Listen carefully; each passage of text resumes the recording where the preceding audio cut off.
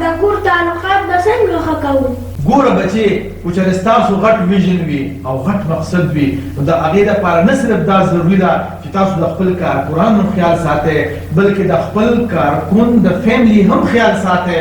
ځکه خو چېرې د هغه فیملی خوشحاله وي د هغه فیملی د هغه نه مطمئن وي نو ستاسو کارکون به ستاسو په ویژن کې ډېر زیات کنټریبیوشن کوي او لیټ سپوز د هغه د فیملی ستاسو د ادارې سره تعلق ښه نه وي نو څنګه به هغه زیات نه زیات کنټریبیوشن وکړي شي او دې دپاره بچې دا ضروري ده چې تاسو په کال کې 2 پیریله یا کم از کم 1 پیریله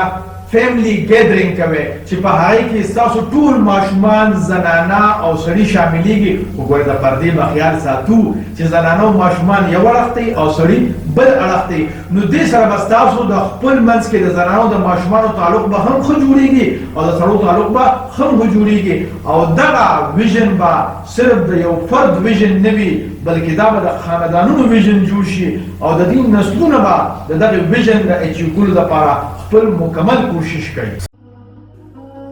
د خدای دپاره پښتنو سانونو پیژنئ ستاسو دپاره خو به ځان له پیغمبر نه راځي